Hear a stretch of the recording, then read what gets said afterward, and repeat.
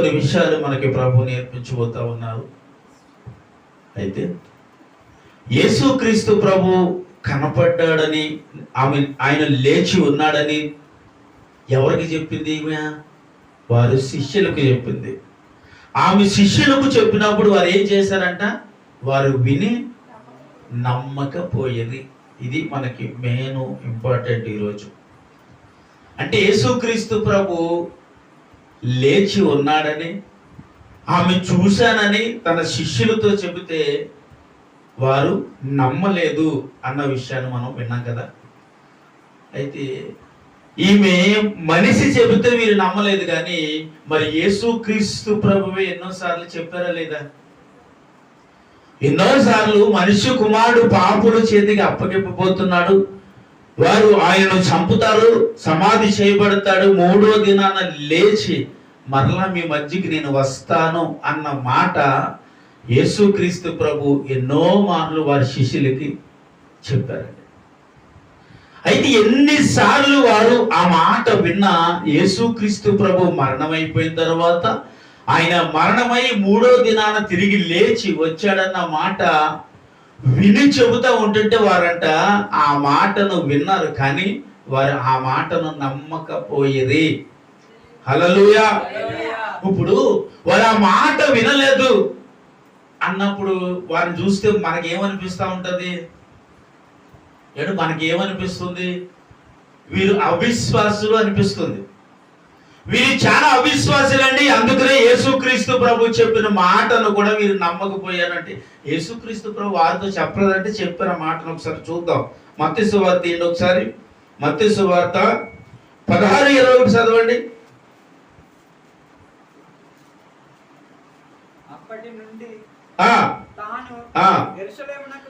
యెరూషలేమునకు వెళ్ళి పెద్దల చేతను ప్రధాన యాజకుల చేతను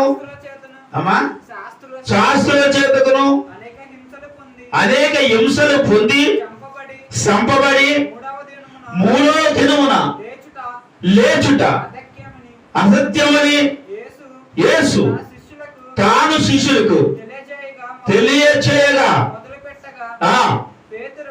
చాలుక నేను అప్పగింపబడతాను, వారు నన్ను ఏం చేస్తారు? చంపేస్తారు, నేను వారి చేతులకు అప్పగిస్తానని యేసుక్రీస్తు ప్రభు చెప్పడం మొదలు పెట్టాడంట. అప్పుడు మత్తయి సువార్త తీసారా?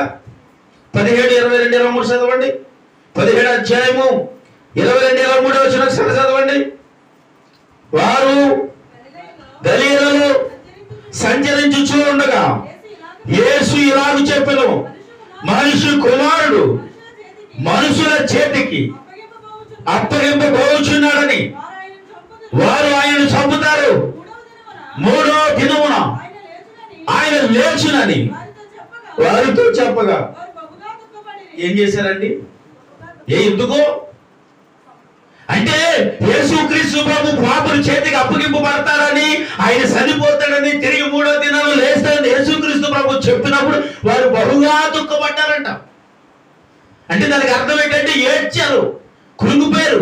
అయ్యో, దేవాది దేవుడు పాపుల చేతికి అప్పగింపబడిపోతున్నాడా? ఆయన చనిపోతాడా? 3వ దినాన తిరిగి మా మధ్యకు వస్తాడా అని ఆ రోజు వారంతా కూడా దుఃఖపడ్డారంటే ఏడ్చారనమాట అండి. ఇప్పుడు యేసుక్రీస్తు ప్రభు మాట చెప్పేటప్పుడు ఆ రోజు ఎంతో ఏడ్చిన వారు తిరిగి లేచి వస్తే నమ్మట్లేదు. ఆ రోజు యేసుక్రీస్తు ప్రభు చెప్పేటప్పుడు వారు అంత బాధపడ్డారు, పాపుల చేతికి నువ్వు అప్పగింపబడుతున్నావా అని ఆ రోజు అంత దుఃఖపడి అంత ఏడ్చిన వారు ఈ రోజు యేసుక్రీస్తు ప్రభు లేచాడయా, వచ్చాడయా, నేను చూసానయా నా కళ్ళతో అని చెబుతా ఉంటుంటే వారు విన్నారు కానీ విని దానిని నమ్మలేదంటండి. ఆయన దేవుడు కాబట్టి వాళ్ళని క్షమించేశాడు. మనకైతే చాలా కోపం వచ్చేది కదా. ఆయన దేవుడు కాబట్టి వారిని క్షమించాడు. ఏమో చదవండి ఒకసారి. వారు వెళ్ళి ఆ సంగతి తెలియజేసి వారు విని మాటలైనను నమ్మకపోయి చాలమ్మా. ఇప్పుడు ఆ మాటను వారు చెప్పినప్పటికీ ఏం చేయలేకపోయిన వారు. ఎందుకని? అలాంటి అవిశ్వాసులైన వారిని దేవుడు ఎన్నుకున్నందుకు ఎంత బాధపడి ఉండాలి. కానీ ఆయన బాధపడలేదు. అక్కడ వారును గద్దించారని రాయబడి ఉంది. 14 వచ్చిన చదవండి. 14:15 వచ్చిన ఒకసారి చదవండి. భోజనమునకు అమ్మా అదేనా వచ్చిన మార్కు సువార్త 16వ అధ్యాయము చదువు. Okay correct. తాను లేచిన తర్వాత వారు అపనమ్మక నిమిత్తము హృదయ కాఠిన్య నిమిత్తమును వారును గద్దించారు. దేవునికి స్తోత్రం అని చెప్పాలి. తర్వాత 15వ వచనం చదువుకుందాం. ఏమండి, ఇప్పుడు వారు చూశారు, అదే వారు విన్నారు. విన్న దానిని నమ్మకపోవటం వల్ల వారు హృదయ కాఠిన్యమును చూసి యేసుక్రీస్తు ప్రభు వారిని ఏం చేశాడంటే గద్దించారు. హల్లెలూయా, హల్లెలూయా. యేసుక్రీస్తు ప్రభు గద్దించారు. ఏమని గద్దించారంటే, నేను లేచి మీ మధ్యకు 3వ దినమున వస్తానన్న మాటను వారు ఏం చేశారు? నమ్మలేదు. ఇప్పుడు ఇలాంటి అవిశ్వాసి అయిన వారిని దేవుడు ఎన్నుకున్నందుకు ఆయన బాధపడి ఉండాలి, దుఃఖించి ఉండాలని అనిపించింది నాకు అక్కడ. మరి ఆయన బాధపడి ఆయన దుఃఖించలేదు. ఎందుకంటే అక్కడ ఆయన వారిని ఏం చేశాడంటే గద్దించాడు. గద్దించి వారికి దేవుడి పని అప్పగించాడు. హల్లెలూయా. ఏమండి, వారికి దేవుడి పని అప్పగించాడు. వారికి దేవుడి పని అప్పగిస్తే చేస్తారండి మీరు?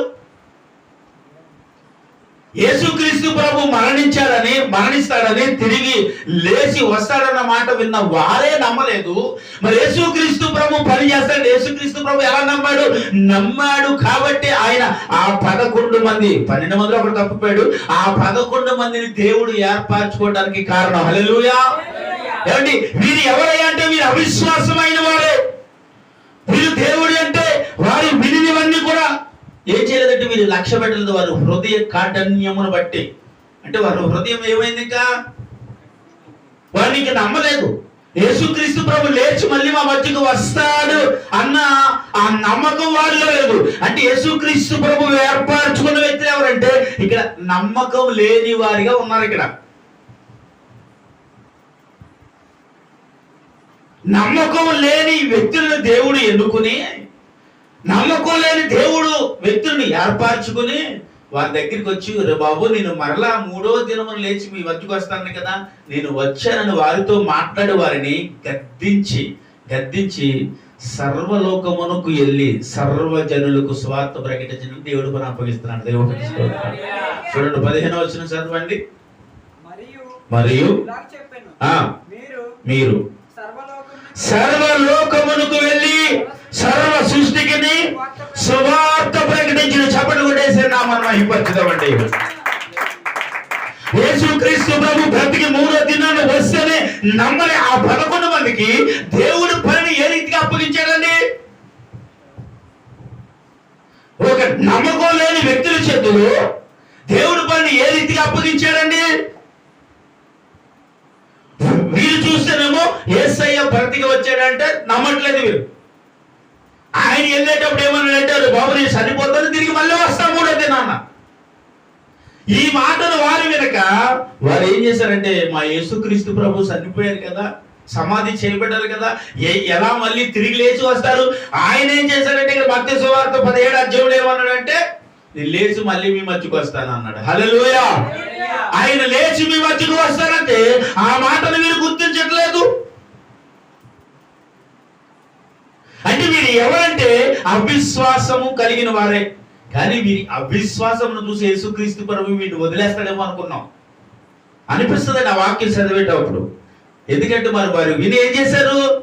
అవును మా ప్రభు చెప్పారు కదా 3వ దినాన వస్తానండి కదా, అంటే లేచి యేసుక్రీస్తు ప్రభు మా మధ్యకు వచ్చాడు అని వారు గుర్తించలేకపోయారు కదా.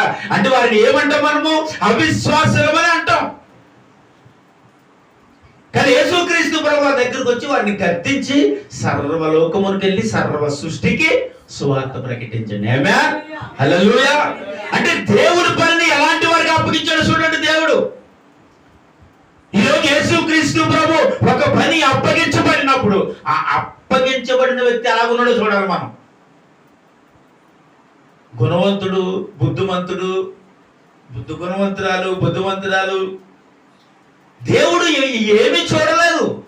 ఆయన పనికి ఏర్పరచబడిన వ్యక్తి ఏంటంటే అన్ని విధాల జ్ఞానము, బుద్ధి, తెలివితేటలు, వివేచన కలిగి వారిని దేవుడు ఎన్నుకోలేదు. ఇక్కడ ఇవేమీ లేని వ్యక్తులను ఎన్నుకుని దేవుడు వారి మధ్య తిరిగి 3.5 సంవత్సరాలు వారి మధ్యన తిరిగి ఆ 3.5 సంవత్సరాలు పరిచర్య జీవితంలో ఎన్నోసార్లు ఆ 12 మంది శిష్యులను కూర్చోబెట్టి భోజనాల సమయంలో, ప్రార్థనల సమయంలో, అనేక విధాలమైన సమయాలలో దేవుడి సువార్తను వారికి ప్రకటించారు. ఏమని ప్రకటించారంటే, నేను చనిపోతాను, మళ్ళీ తిరిగి లేస్తాను, మీ మధ్యకు వస్తాను, సర్వలోకానికి సువార్త ప్రకటించేవారు మీరే అని ఎన్నో సార్లు బోధింపబడిన వీరు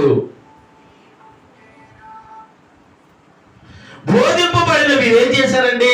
అవిశ్వాసులు అయిపోయారు కదా. ఈరోజు దేవుడు ఎన్నుకోబోయే ప్రతి వ్యక్తి కూడా ఇదేనండి. దేవుడు అంటే నమ్మకం లేదు, దేవుడు అంటే విశ్వాసం లేదు, దేవుడి పట్ల వారు జీవించే జీవితం బాగోలేదు. కానీ దేవుడు ఎన్నుకునే వ్యక్తులు వీళ్ళే. అవిశ్వాసము కలిగిన వ్యక్తులు ఎన్నుకుని సర్వలోకానికి వెళ్ళాలి, మీరు సువార్త చేయాలన్నాడు.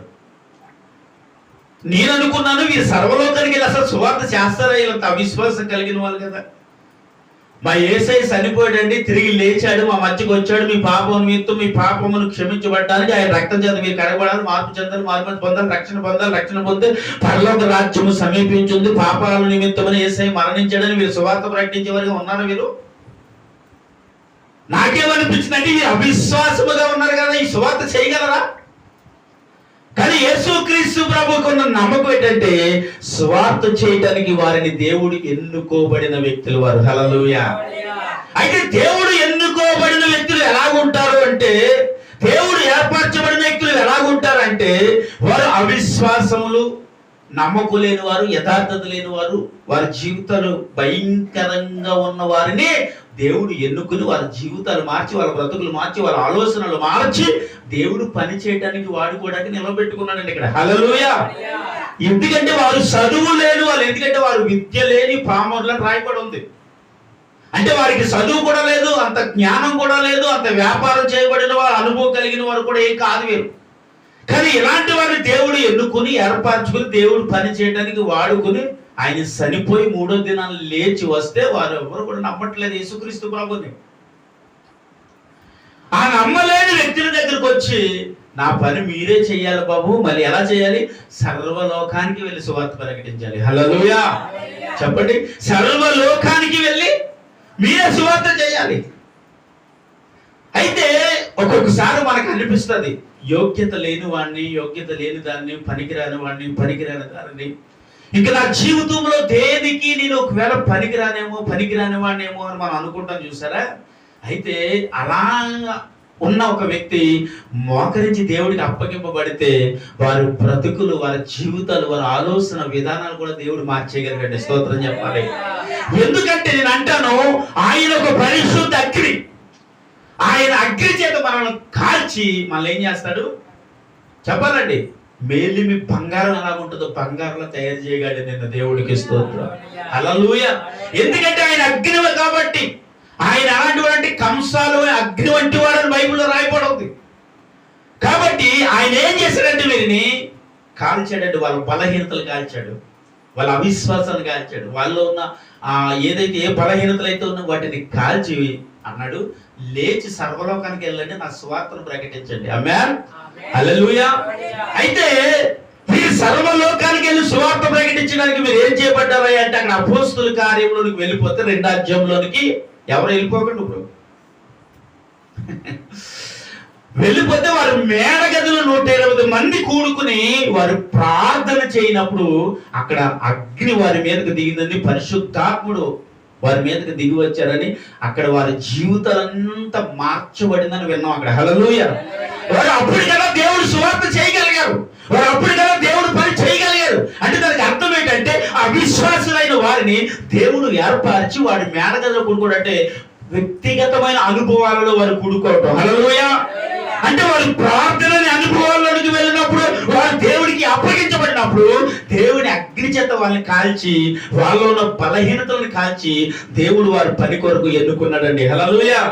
ఇప్పుడు వీళ్ళు ఏం చేయబడుతున్నారంటే, ప్రపంచాన్ని తల్లకిందులుగా చేసేసే శిష్యులుగా మారిపోయారు వీళ్ళు. దేవునికి స్తోత్రం. అంత గొప్ప విశ్వాసం వాళ్ళలోకి వచ్చింది, అంత గొప్ప స్వస్థత వరాలు వాళ్ళకి వచ్చినాయి. ఎన్నో ఆశ్చర్య కార్యాలు యేసుక్రీస్తు ప్రభు చేసిన కార్యాలు కూడా వారు చేసేసారండి. ఎందుకంటే వారందరికీ యేసుక్రీస్తు ప్రభు వాటి మీద ఏమి ఇచ్చాడంటే వారికి అధికారము ఇచ్చాడని రాయబడి ఉంది.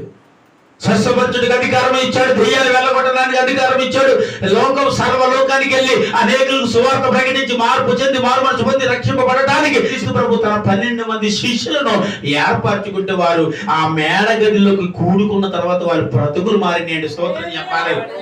హల్లెలూయా. నేను అదంటే యేసుక్రీస్తు ప్రభు అంగీకరించబడిన నీ జీవితం చర్చికి వెళ్ళొస్తే మారదు. నీ జీవితం వ్యక్తిగతమైన అనుభవాలలో కూడుకుంటే మారుతుంది. హల్లెలూయా.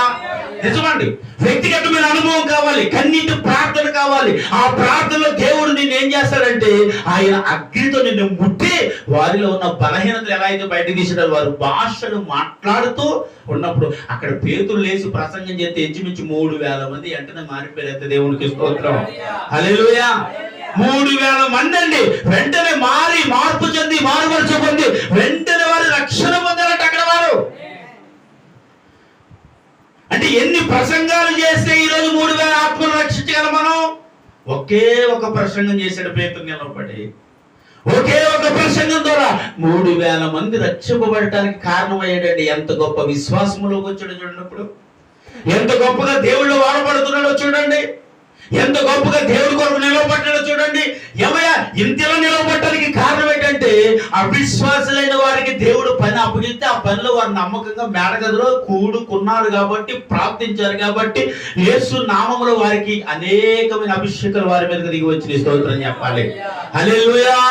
వారి మీదకి అనేకమైన అభిషేకాలు దిగి రావడానికి కారణము వారు వ్యక్తిగతంగా వారు తాను ఎవరికి అప్పగించుకున్నారు? మేడగదిలో దేవుడికి అప్పగించుకున్నారండి. అంటే వారు ప్రార్థన అనే అనుభవంలో ఉన్నప్పుడు దేవుడు వారిని ఏం చేశాడు? అభిషేకించాడు అనమాట. ఆమేన్. హల్లెలూయా. దేవుడు పని అప్పగించబడిన మనము కూడానండి. అంటే మేడగది దేనికి గుర్తు? ఇప్పుడు ప్రార్థన జీవితానికి గుర్తు, ప్రార్థన అనుభవానికి గుర్తు, నీ వ్యక్తిగతమైన అనుభవానికి గుర్తు. కాబట్టి ఆ మేడగదిలో కూడేక వారు బ్రతుకులు మారినాయి. యేసయ్యతో ఉన్నంత వరకు వారి జీవితాలు కానీ మారలేదు, వారి బ్రతుకులు మారలేదు. కానీ ఎప్పుడైతే వ్యక్తిగతంగా ఆ మేడగదిలో కూడుకుని దేవుని ఆరాధించడం మొదలు పెట్టారో అప్పుడు వారి బ్రతుకులన్నీ మారినాయి అని బైబిల్ రాయబడింది. హల్లెలూయా. ఏమండి, ఈరోజు నీవు కూడా అంతే. ప్రభువుని అంగీకరించబడిన నీ జీవితం కూడా మేడగదిలో కూడుకునే ఆ అనుభవం నీకు కూడా ఉండాలి అన్నది దేవుడి మాట. హల్లెలూయా. ఎప్పుడైతే అలా మనం కూడుకుని దేవుడు పనిచేయవారిగా మనం ఉంటామో సర్వలోకానికి వెళ్ళి సువార్త ప్రకటించుకున్న అలాంటి గొప్ప బాధ్యత నీకు అప్పగింపబడతాయి. ఆమేన్. హల్లెలూయా. నీవు దేవుడి పని చేయగలవు. నేను అవిశ్వాసంలో ఉన్నానండి, నాకు అంత బలం లేదండి, నాకు అంత జ్ఞానం లేదండి, నేను చేయలేనేమో అండి, నేను మాట్లాడలేమో అని అంటే వాడు మేడగదిలో కూడుకున్న తర్వాత వాళ్ళకి అనుభవం వచ్చిందిగా. ఈరోజు అదే అనుభవం నీకు రావాలి అంటే వారిని చూసి నాకైతే ఏమనిపించింది అంటే అబ్బాయి ఏళ్ళని చేస్తారండి దేవుడి పని అనిపించింది.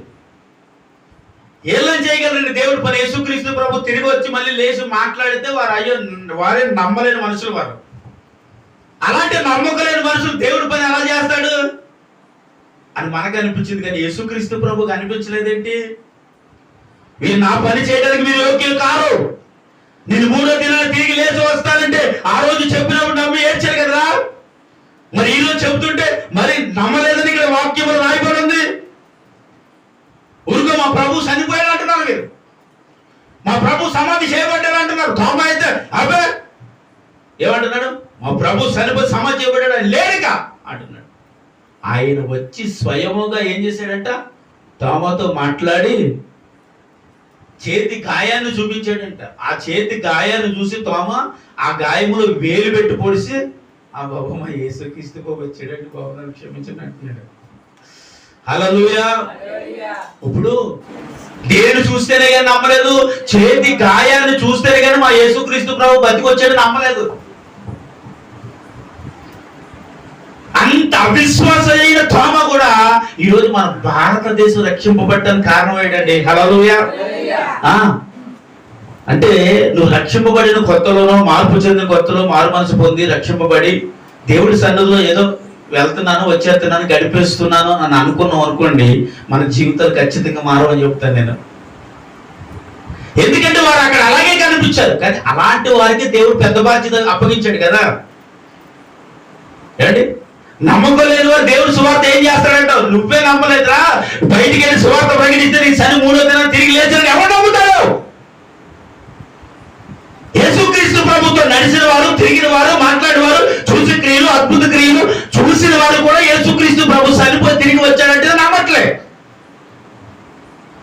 ఈరోజు ఎక్కడికో దేవుడు సువార్త ప్రకటిస్తే తెలియని వాడు ఇతరులు ఎలా నమ్ముతాడు? నువ్వు నమ్మదానికి అంటాం మనం. కానీ వాళ్ళని నమ్మి యేసుక్రీస్తు ప్రభు ఇచ్చిన భారం ఏంటంటే, వెళ్ళరా అందరికీ దేవుడు సువార్త ప్రకటించండి. హల్లెలూయా. వెళ్ళాలి అందరికీ. మీరు దేవుడి సువార్త అంటే నా కొరకు అనేకులకు ప్రకటించాలి. నేను ఎందుకు పుట్టానో, ఎందుకు చనిపోయానో, ఎందుకు మళ్ళా 3వ దినాన్ని లేచి మీ మధ్యకి వచ్చానో, ఇదంతా కూడా ఈ ప్రజలందరికీ తెలియాలి. తెలియాలంటే అది మీకే సాధ్యం అన్నాడంటే దేవుడికి స్తోత్రం. ఎందుకంటే యేసయ్యతో వారు ఏం చేశారంటే నడిచారు, యేసుతో మాట్లాడారు, యేసుతో భోజనం చేశారు, యేసుతో పడుకున్నారు, యేసుతో వారు అనేక దేశాలలో, రాష్ట్రాలలో, అనేక కొండల్లో, ప్రాంతాలలో దేవుడు సువార్త ప్రకటించడానికి వెళ్ళినప్పుడు యేసయ్యని వెంబడించిన ప్రజలు వారు ఆ 11 మంది కూడా వారే యేసయ్య చనిపోయి తిరిగి వచ్చాడని నమ్మకపోతే నీకు నాకు నమ్మకం ఎలా ఉంటుంది? ఆ నమ్మకం లేని వాళ్ళకి దేవుడు పని అప్పగించి ఎంత పాలనించాడంటే, నా కొరకు వెళ్ళి మీరు సువార్త ప్రకటించిన ముందు అంటున్నాడు. అయితే అక్కడ ఒక మాట ఏంటంటే, వారిని గద్దించి ఆయన పనిని వారికి అప్పగించారు. హల్లెలూయా. గద్దించబడినప్పుడు వారు లోబడ్డారు కాబట్టి అపోస్తలుల గారు 2వ అధ్యాయంలో అద్భుతాలు చూశారు వారు. హల్లెలూయా. గద్దించాడు కాబట్టి, గద్దింపుకు లోబడ్డారు కాబట్టి యేసుక్రీస్తు ప్రభు తిరిగి మళ్ళీ ఆ మధ్యకి వచ్చాడని వారు విశ్వసించారు, నమ్మకాన్ని ఉంచారు కాబట్టి వారు వెళ్ళి సర్వలోకానికి వెళ్ళి సర్వ జనులకు సువార్త ప్రకటిస్తూ ఈరోజు కోట్ల ప్రజలు మార్చడం ఉంది. రక్షణ పొందడానికి కారణం ఏంటి? ఆ 12 మంది శిష్యులు మాత్రమే. హల్లెలూయా. ఏమండి, ఇప్పుడు యేసుక్రీస్తు ప్రభు పరిచర్య కాదు, యేసుక్రీస్తు ప్రభు పరిచర్యతో తిరిగిన ఈ 11 మంది చేసిన పరిచర్యను బట్టి ఈరోజు లోకమంతా ఏం చేసిందండి? యేసుక్రీస్తు ప్రభువుని అంగీకరించింది. ఆమేన్. హల్లెలూయా. అయితే ఆయన నమ్మకం ప్రేమైంది, నిలబెట్టిన వారు అయ్యారు వారు. హల్లెలూయా. అందుకే నేను అంటాను, దేవుడు నిన్ను నమ్మి ఒక పని అప్పగిస్తే ఆ పనిలో నువ్వు నమ్మకంగా ఉంటే ఇంకా అనేక పనులు అప్పగింపబడతాయి అంటారు. నమ్మకంగా ఉండాలి దేవుని పనిలో. వారు నమ్మకం లేని వారని దేవుడు తెలిసి నమ్మకమైన పనులు వారికి అప్పగించాడు. ఇక్కడ మనం అనుకుంటూ దొంగ చేతికి తాళాలు ఇస్తే ఎలాగండి? కానీ ఇక్కడ చేసింది అదే యేసుక్రీస్తు ప్రభు. నమ్మకం లేని ప్రజలకే చెప్పండి అనేకులు నమ్మేటట్టుగా బోధించి బోధకులుగా నిలవబెట్టుకున్నాడు. స్తోత్రం చెప్పాలి. దేవుడు పని చేయటానికి కావలసింది జ్ఞానం, చదువు, బుద్ధి ఇవేమీ కాదండి. ఆయన మీద నీకు ఉన్న విశ్వాసమును ఇతరులకు ప్రకటించబడినప్పుడు వారు విశ్వాసములకు ఏమయ్యారు? వారు చెప్పండి, మాదిరి కలిగిన జీవితాలు వారు జీవించడానికి దేవుడు వాడిని మేడగదిలో వాడిని అభిషేకించాడండి. స్తోత్రం. ఎందుకంటే ఆయన అగ్ని వంటి వాడు కాబట్టి ఏం చేశాడండి? వాళ్ళలో ఉన్న అవిశ్వాసన ఆ అగ్నితో కాల్చాడనమాట. దేవుడికి స్తోత్రం. వాళ్ళలో ఉన్న పాపాలు అగ్నితో కాల్చబడతాయి అనమాట. హల్లెలూయా. వాళ్ళలో ఉన్న ప్రతి శాపము ఆ అగ్ని ద్వారా కాల్చే ఈరోజు పవిత్రముగా పరిశుద్ధముగా వారిని తీర్చిదిద్దాడు. దేవుడికి మహిమ కలుగుగాక. హల్లెలూయా. అలాంటి అవిశ్వాసమైన వారికి దేవుడు పని ఏం చేశాడండి? అప్పగించాడు. వెళ్ళండి నా కొరకు అనేకులకు చెప్పాలండి, ప్రకటించండి అన్న దేవుడు. యేసుక్రీస్తు ప్రభు కొరకు అనేకులకు ప్రకటించడానికి వాడుకున్న వ్యక్తులు ఏ విశ్వాసం లేని వాళ్ళే. నేను అన్నాను, తోమా ఎలాంటి వాడండి? ఈరోజు మన భారతదేశానికి సువార్త తీసుకొచ్చాడండి. ఈరోజు మన అందరి కొరకు ఈరోజు ఈ సువార్త ప్రకటించబడడానికి కారణం ఆ 12 మందిలో ఒకడైన తోమా. మన భారతదేశానికి గొప్ప సువార్తికుడిగా ఉండి తన కొరకు అంటే దేవుని కొరకు తాను అప్పగించబడిన వ్యక్తి. ఆమేన్. ఆ అప్పగింపబడితేనే దేవుడు వాడుకుంటాడండి. అప్పగింపబడిపోవాలి దేవుడికి. నీవు సంపూర్ణంగా నీవు తానుకు సంపూర్ణంగా అప్పగింపబడితేనే దేవుడు నిన్ను వాడుకుంటాడు. వాడు అప్పగింపబడలేదంటే వాడు అప్పగింపబడటానికి కారకుడైన వాడు యేసుక్రీస్తు ప్రభు. నిజమండి. ఎందుకంటే వారి జీవితాలు చూస్తే వదిలేరు అసలు. కానీ వదిలేన దేవుడు వదలలేదు, పట్టుకున్నాడు, మేడగారిని తీసుకెళ్ళాడు. వారి ప్రార్థన అనుభవాలు వారిని ముట్టి వారి బలమైన అభిషేకాలు ఇచ్చి వారికి స్వస్థత వరాలు ఇచ్చి యేసుక్రీస్తు ప్రభు చేసిన సూచి క్రియల కంటే అద్భుతమైన క్రియలు చేయడానికి 12 మందిని దేవుడు వాడుకున్నాడు. హల్లెలూయా. కాబట్టి ఆయన యందు విశ్వాసం ఉంచడానికి ఎన్నటికీ నశించిపోడంట. నశించిపోయిన ప్రజల్లో ఉన్న వీరే నశించిపోకుండా నిలవబడ్డారు. నశించిపోతున్న వారు రక్షించబడటానికి వాడబడ్డారు. స్తోత్రం చెప్పాలి. హల్లెలూయా. అయ్యో, నశించిపోతున్న ప్రజలు, నశించిపోతున్న వారిని, నశించిపోతారని అనుకున్న వారు రక్షించడానికి దేవుడు వాడుకోవడానికి నిలబెట్టిన దేవుడు అంటే స్తోత్రం చెప్పాలి. హల్లెలూయా. అలాంటి గొప్ప విశ్వాసము వాళ్ళలో రావడానికి కారణం ఏంటంటే అవిశ్వాసమైన వాళ్ళకి దేవుడి పని అప్పగించబడటమే. ఆమేన్. నీ జీవితం ఎలాంటిదైనా సరే దేవుడి పని అప్పగించబడినప్పుడు ఆ అప్పగింపబడిన ఆ జీవితాన్ని దేవుని కొరకు నువ్వేం చేయాలా? సంపూర్ణంగా దేవుడికి అప్పగించబడాలి. మేడగది అనే అనుభవం ఉండాలి. అప్పుడే దేవుని పనిలో మనం వాడబడతాం. హల్లెలూయా. చాలా మందికి మేడగది అనుభవాలు ఉండవు, ఈ ప్రార్థన అనే అనుభవాలు ఉండవు. ఈ అనుభవాలు లేనప్పుడే మనం ఏమవుతాం? అవిశ్వాసులము. దేవుడు పని చేయలేము. దేవుడు పని చేయాలి అంటే మేడగది అనే అనుభవంలో దేవుడు వారిని ఏం చేస్తాడండి చెప్పాలి? అగ్ని వంటి నాలుకలతో వారిని ఏం చేశారంట? ముట్టి వాళ్ళని అభిషేకించి వాళ్ళ నాలుకలను ముట్టి వారు అక్కడ భాషలు మాట్లాడుతున్నారంట. కొత్త రకం భాషలు మాట్లాడుతున్న ఊరు ప్రజలందరూ వచ్చి ఏ మందు తాగారు, కొత్త రకం మందు ఏదో తాగేసి ఉంటారు. మాటల విధానం ఏంటని చూసి అందరూ ఆశ్చర్యపడుతూ ఒకరికొకరు వీరందరి కొరకు చెప్పుకుంటూ ఉంటుంటే అక్కడ పేతురు లేచి నిలబడి మాట్లాడుతూ ఉంటే ఆ మాటలు విని వెంటనే 3000 మంది రక్షింపబడటం అంటే మాట్లాడి అక్కడ వాడు యేసుక్రీస్తు ప్రభు పక్షాన పేతురు నిలబడ్డాడు. అక్కడ ఆయన మొట్టమొదటి ప్రసంగమే అది. ఆ ప్రసంగంలో 3000 మందిని రక్షించేసాడండి. చెప్పలేదు ఒకసారి అందరూ కలిసి. రోజు ఎన్నో ఆరాధనలు ఎన్నో పాటలు చేసేస్తాను గొప్పతనం కాదు. నేను అంటాను, ఒక్క ప్రసంగం చేసి ఒక ఆత్మనన్నా రక్షించగలగాలి. ఆమేన్. ఆ రోజు ఒక ప్రసంగము 3000 మందిని రక్షింపబడటానికి అక్కడ ఉన్న అనుభవం వేరు వాళ్ళకి. ఆ అనుభవాన్ని బట్టే దేవుడిలో వారు ఆ రీతిగా వాడబడ్డారు. ఈరోజు మన అందరము యేసుక్రీస్తు ప్రభువులు ఆ రీతిగా వాడబడాలంటే నీకు ఒక అనుభవం కావాలి. ఆ అనుభవం అంటే నేను ప్రార్థన అనే అనుభవం, మేడగది అనే అనుభవం ఉన్నప్పుడు దేవుని చేత నువ్వు వాడబడతావు. మ్యాన్. హల్లెలూయా. యేసుక్రీస్తు ప్రభువు నీకు ఇచ్చిన భారాన్ని, నీకు ఇచ్చిన బాధ్యతను, నీకు అప్పగించిన పనిలో ఏ పని చెప్పాడు? వీరికి వెళ్ళండి. ఎక్కడికి వెళ్ళాలి? సర్వలోకానికి వెళ్ళండి, సర్వ సృష్టికి. మీరే చెప్పాలి సువార్త. ఎవరు చెప్పాలి? అవిశ్వాసమైన వారు చెప్పాలి సువార్త. మనకు అనిపించినమ్మో వీళ్ళేం చెప్తారని సువార్త చెప్పటమా? మళ్ళీ ఒక్కొక్కరు అద్భుతాలు చేసేసి ఈ ప్రపంచాన్ని తలకిందులు చేసేసి గడ్డలు ఆడిచ్చేసారు. ఈ రోజు 11 మంది దేవుడికి స్తోత్రం. హల్లెలూయా. అలాంటి వ్యక్తులుగా దేవుడు తయారు చేసేది. ఈ రోజు ఇంకా మనం ఇలా ఉండటం ఏంటి? ఈ రోజు నువ్వు గడగడలు ఆడించేలా ఒక్కొక్కరిని దేవుని సువార్త ప్రకటించేలా అనేకులకి మాట్లాడాలి. దేవుని మాటలు వారికి ప్రకటించబడిపోవాలి. దేవుడికి అనేక విషయాలు నువ్వు తెలియజేయగలిగితే దేవుని కొరకు వారు మార్పు చెంది మారు మనసు పొంది వారు కూడా ఆ మేడగదనే అనుభవానికి వస్తేనే వారికి పాప క్షమాపణ ఉంది. ఆమేన్. హల్లెలూయా. అప్పుడే వారు దేవుని పని చేయడానికి వాడబడగలరు. దేవుని మాటకు వాళ్ళు ఏమయ్యారంటే విధేయులయ్యారు. వెంటనే లేచి గద్దించిన వెంటనే వారు ప్రభుకులో పడిపోయారు, విధేయులు అయిపోయారు. వ్యక్తిగతంగా ఆ ప్రార్థన చేయడానికి మేడగదికి 120 మంది కూడుకుని ఏం చేశారంటే అండి ప్రార్థన చేస్తే అద్భుతాలు ఆ మేడగదిలోనే జరిగిపోయినాయి. అంతే. ఆమేన్. ఈరోజు నీ వ్యక్తిగతమైన అనుభవాన్ని ఒకసారి జ్ఞాపకం చేసుకో. ఎలాంటి అనుభవంలో నువ్వు ఉన్నావు, ఎలాంటి ప్రార్థన నీ జీవితంలో ఉంది, ఎలాంటి అనుభవంలో ఉంటే నువ్వు ఎలాంటి జీవితాన్ని జీవించగలుగుతున్నావు అని మనం ఈ రాత్రి తెలుసుకుని, ప్రభా నేను కూడా ఆ మేడగదినే అనుభవం నాకు కావాలి, ఆ ప్రార్థననే అనుభవం నాకు కావాలి, ఆ అభిషేకం నాకు కావాలి ప్రభా. నేను ఆ రోజు వారు వాడబడినట్లుగా నేను వాడబడాలి. ఎందుకంటే అడగకపోతే దేన్ని పొందలేమండి. మనం కొన్ని విషయాలు అడుగుతాం, కొన్ని విషయాలు అడగలేం. ప్రభుని ప్రతి విషయంలోనూ ప్రార్థన చేసే వ్యక్తిగా నువ్వు ఉంటే ప్రతి విషయంలోనూ దేవుడు నిన్ను ఏం చేస్తాడు? అడిగినవన్నీ నీకు అనుగ్రహించి అనేక కృపావరాలతో నింపి, కృపా వరాలు కావాలి మొట్టమొదటిగా దేవుడు తగ్గించి ఆ వరాలు వారందరూ ఆ మేడగదిలోనే పొందుకున్నారు. కాబట్టి ఈ దినం మనం కూడా దేవుడి సన్నిధిలో కూడి ప్రార్థించేటప్పుడు ఆయన దగ్గర నుంచి ఆ వరాలు పొందుకొనగలిగితేనే దేవుడి సువార్తలు మనం కూడా ముందుకు వెళ్ళగలం. ఆమేన్. హల్లెలూయా.